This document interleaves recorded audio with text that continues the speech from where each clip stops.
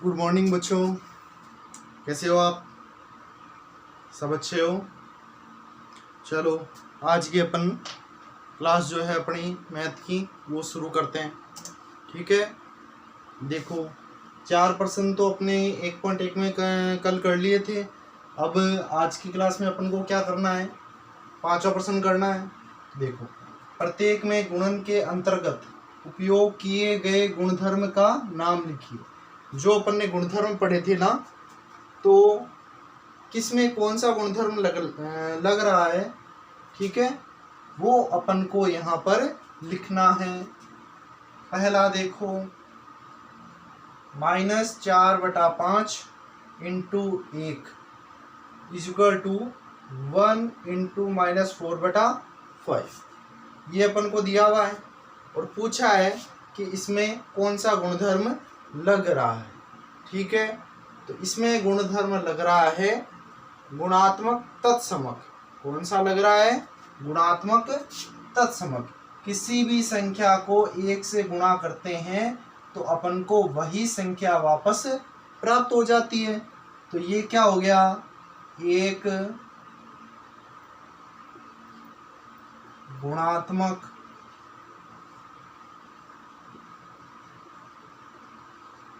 तत्समक है। क्या है? गुणात्मक तत्समक। किसी भी संख्या को 1 से गुणा करते हैं तो हमें वापस वही संख्या प्राप्त हो जाती है। ठीक है, अब अगला देखो, -13/17 क्या दिया हुआ है? -13/17 इंटू -2/7। ठीक है, एक नंबर पे तो दे दिया अपन को ये, 2 नंबर पे दे दिया ये। इसमें क्या कर दिया? 2 वाला दे दिया 1 नंबर पे, इसको इधर रख दिया और इसको इधर रख दिया। ठीक है, ये आ गया 1 नंबर पे, ये आ गया 2 नंबर पे। ठीक है, तो 2 वाला 1 पे आ गया, 1 वाला 2 पे चला गया। तो क्या चेंज हुआ है? इनका क्रम चेंज हुआ है। क्या चेंज हुआ है? क्रम चेंज हुआ है। क्रम चेंज हुआ है तो कौन सा गुणधर्म हो गया? बताओ देखें। क्रम विनिमेयता। कौन सा? क्रम विनिमेयता का गुणधर्म।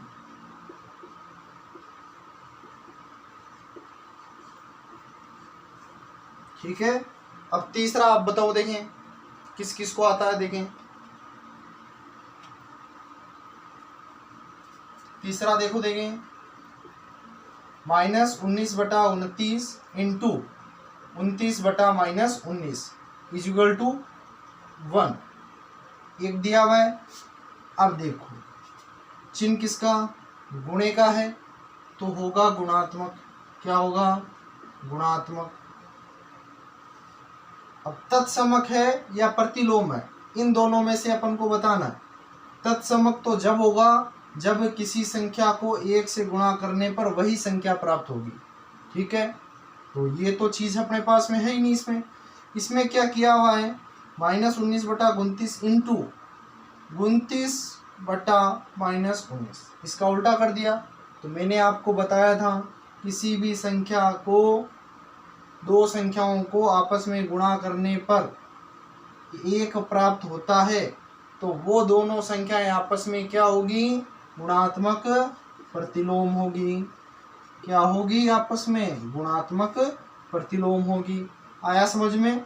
बस गुणधर्म आपको अगर अच्छे से याद है तो आप ये क्वेश्चन कर पाओगे।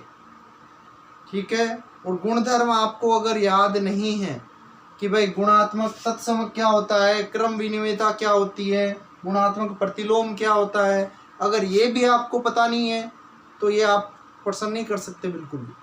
तो इसलिए अपन को गुणधर्म जो है बार बार रिवाइज करने हैं, बार बार उनको पढ़ना है, उनका अर्थ समझना है, उनको रटना नहीं है।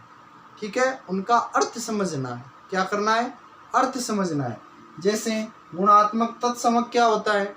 गुणात्मक तत्समक का मतलब है किसी भी संख्या को 1 से गुणा करते हैं तो हमें वही संख्या वापस प्राप्त हो जाती है। ठीक है, क्रम विनिमेयता क्या क्या क्या मतलब है? क्रम। अब ये -2/7 2 नंबर पे था, ये 1 पे आ गया। ये 1 पे था, ये 2 पे चला गया, क्रम चेंज हो गया, तो क्रम विनिमयता था। गुणात्मक प्रतिलोम क्या है?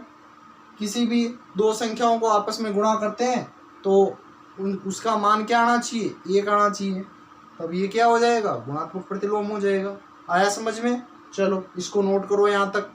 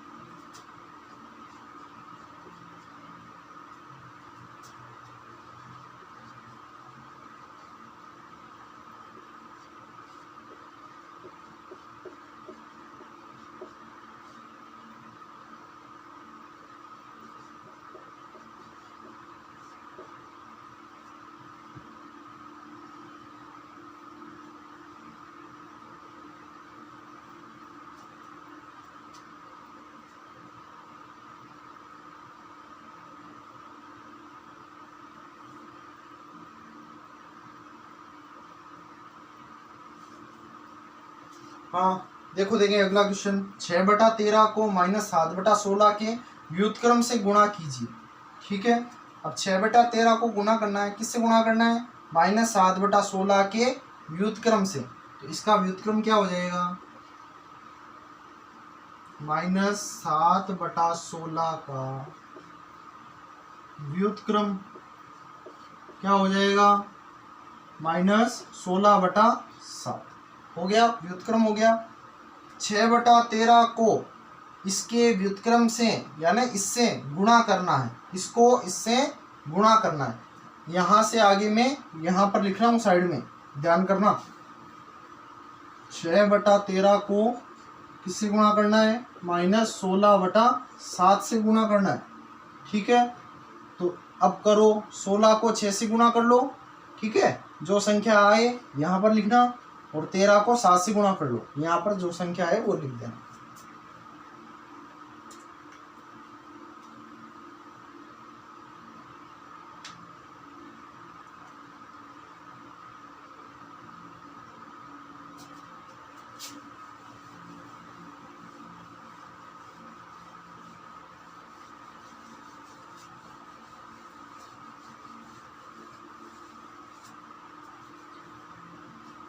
कर लिया होगा सबने। 6 को 16 से गुणा करेंगे माइनस के, तो माइनस क्या आ जाएंगे? 96। 13 को 7 से करेंगे तो कितने आ जाएंगे? 91। ये क्या है? अपना आंसर है। नोट करो इसको।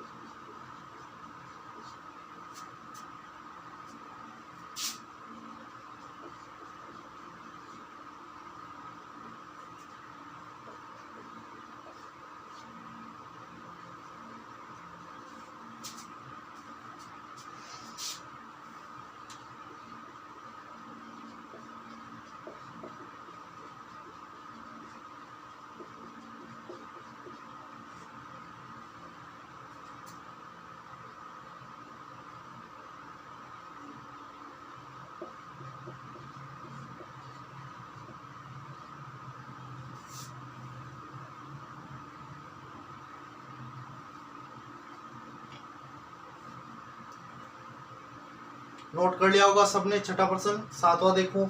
बताइए कौन से गुणधर्म की सहायता से आप 1/3 × 6 × 4/3 को 1/3 × 6 × 4/3 के रूप में अभिकलन करते हैं।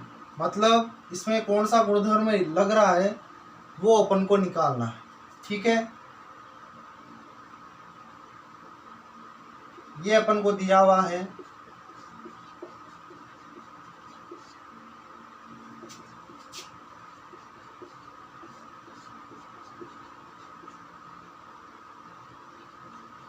ठीक है, ये अपन को दिया हुआ है। तो इसमें देखो, अब जो अपन ने गुणधर्म लिखा था ना उसके हिसाब से मान के चलते हैं। ये ए हो गया इंटू बी इंटू सी।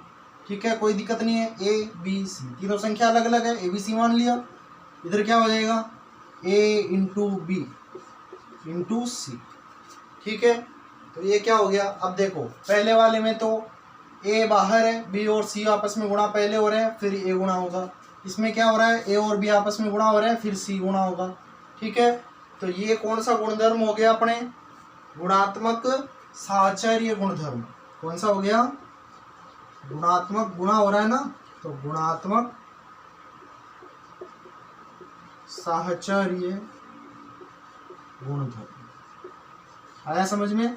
सबसे पहले तो बी ए के साथ चला गया, बी सी के साथ चला गया, और इसमें ए के साथ आ गया। बस ये अपना आंसर है, नोट करो। बिल्कुल इजी इजी क्वेश्चन है।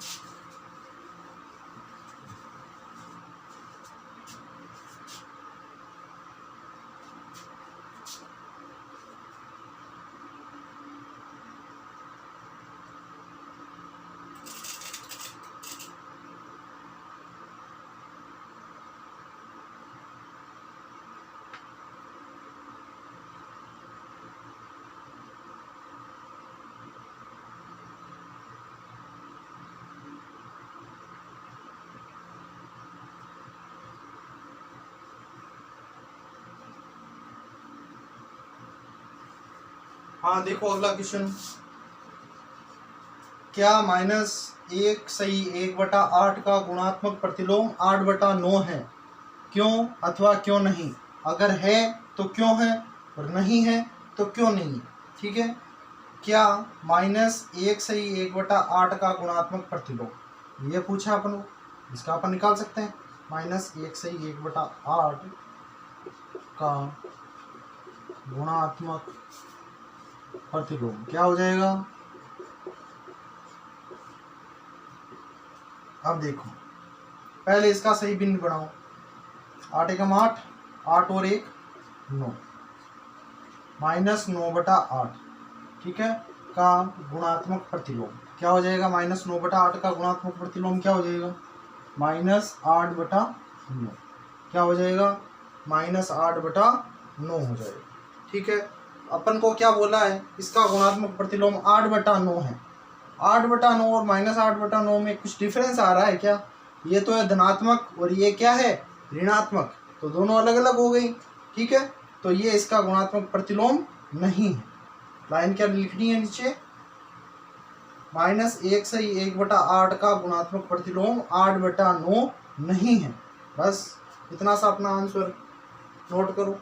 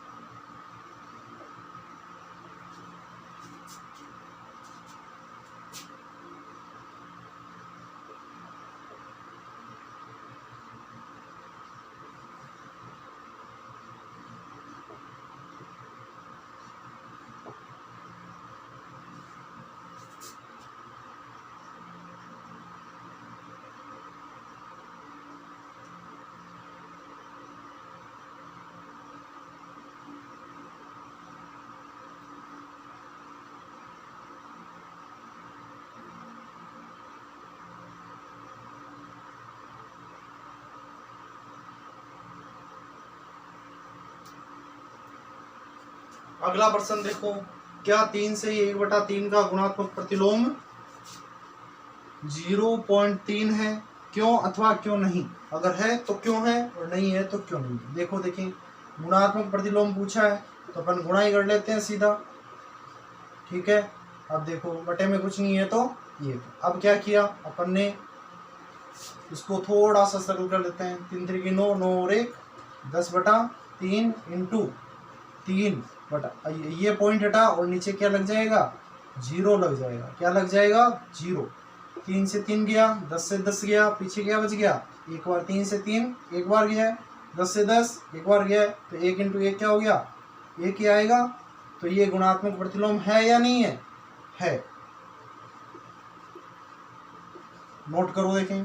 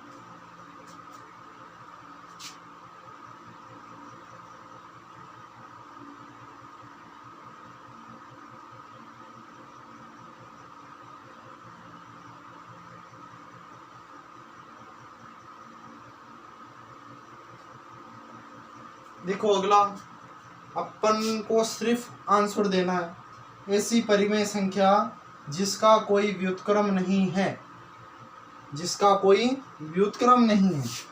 तो देखो व्युत्क्रम का मतलब, ठीक है, व्युत्क्रम है तो ऐसी कौन सी संख्या है जिसका कोई व्युत्क्रम नहीं है? शून्य। कौन सी संख्या है वो? शून्य का कोई व्युत्क्रम नहीं होता है। परिमेय संख्याएं जो अपने व्युत्क्रम के समान है। अब देखो परिमेय संख्याएं ऐसी कौन कौन सी परिमेय संख्या है जो अपने व्युत्क्रम के समान होती है? 1 और -1, ये परिमेय संख्या अपने व्युत्क्रम के समान होती है। परिमेय संख्या जो अपने ऋणात्मक के समान है, ऋणात्मक के समान कौन सी संख्या होती है?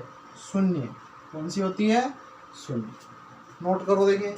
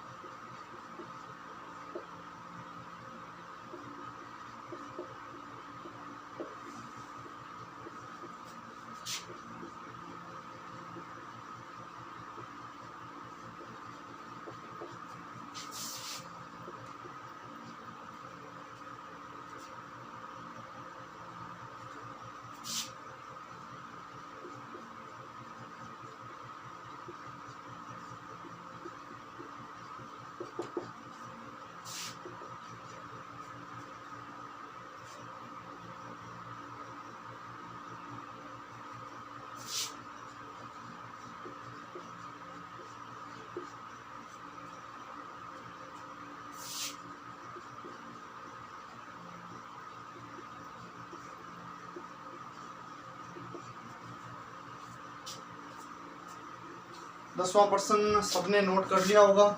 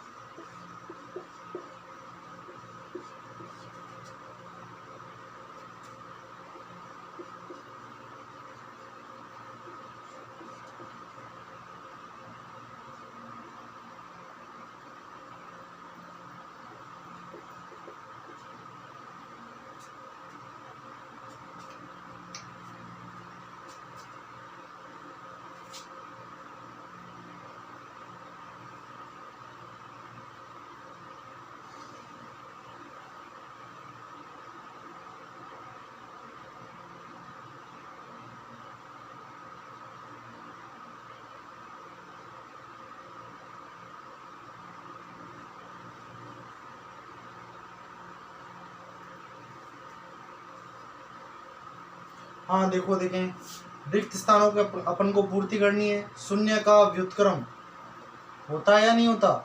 नहीं होता, नहीं है। संख्याएं एवं स्वयं का व्युत्क्रम है। यह अभी अपन ने पिछला जो प्रश्न था ना 10 नंबर, उसमें किया था अपन ने।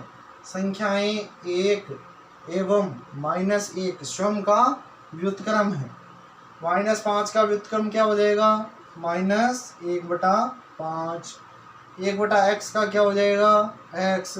दो परिमेय संख्याओं का गुणनफल हमेशा परिमेय संख्या ही होती है, परिमेय संख्या है। दो परिमेय संख्याओं का गुणनफल परिमेय संख्या ही है। किसी धनात्मक परिमेय संख्या का व्युत्क्रम धनात्मक होगा या ऋणात्मक होगा? धनात्मक ही होगा। अगर धनात्मक है तो धनात्मक और ऋणात्मक है तो ऋणात्मक। ये आज अपनी प्रश्नावली जो है 1.1 कंप्लीट हो गई है। देखो बच्चों, कुछ बातें मैं आपको बता रहा हूँ, उसको आपको ध्यान से सुनना है और समझना है, ठीक है। सबसे पहली बात, मार्केट में अभी तक आपके कोर्स की किताबें नहीं आई है, ठीक है। कोर्स जो है आपका पूरा चेंज हुआ है, ठीक है। तो उसके लिए नई किताबें चाहिए और नई किताबें मार्केट में अभी तक बिल्कुल भी आई नहीं है, ठीक है। तो अपने पास में पढ़ाई का जो जरिया है सिर्फ एक यही जरिया है। मैं आपको सारे प्रश्न बिल्कुल जैसे बुक में दिए हुए हैं, ठीक है, एक एक प्रश्न में आपको सारे बोर्ड पे करवा रहा हूँ, ठीक है। तो अपन को मन लगा के पढ़ाई करनी है और जो मैं क्वेश्चन करवाता हूँ उनको क्लास के बाद में रिवाइज करना है, उनको पढ़ना है, मिलाना है, समझना है, ठीक है। एक बार पढ़ो, 2 बार पढ़ो, 3 बार पढ़ो, समझ में आएगा। नहीं समझ में आए तो उस वीडियो को वापस देखो जहाँ से आपको समझ में नहीं आया है, ठीक है। और अगर कोई क्वेश्चन ऐसा हो फिर भी आपको समझ में नहीं आए, ठीक है, तो आप क्या कर सकते हो, व्हाट्सएप पे मैं आपको मैसेज भेजता हूँ हमेशा, ठीक है। तो उस मैसेज जो मैं मैसेज भेजता हूँ उसी में आपकी या तो मैसेज आप लिख के भेज सकते हो, ठीक है, और लिख के भेज नहीं सकते तो आप उसमें वॉइस रिकॉर्ड करके भी मेरे को भेज सकते हो। जो आपको प्रश्न नहीं आता वो वॉइस रिकॉर्ड करके या लिख के आप मुझे भेजिए, मैं आपको वो प्रश्न दोबारा समझाऊंगा। आगे बात समझ में? तो अपन को कैसे भी करके बस पढ़ाई करनी है, मन लगा के पढ़ाई करनी है, जितनी कर सकते हैं उतनी करनी है, इस बात का ध्यान रखना, ठीक है। ये नोट करो, देखें फटाफट।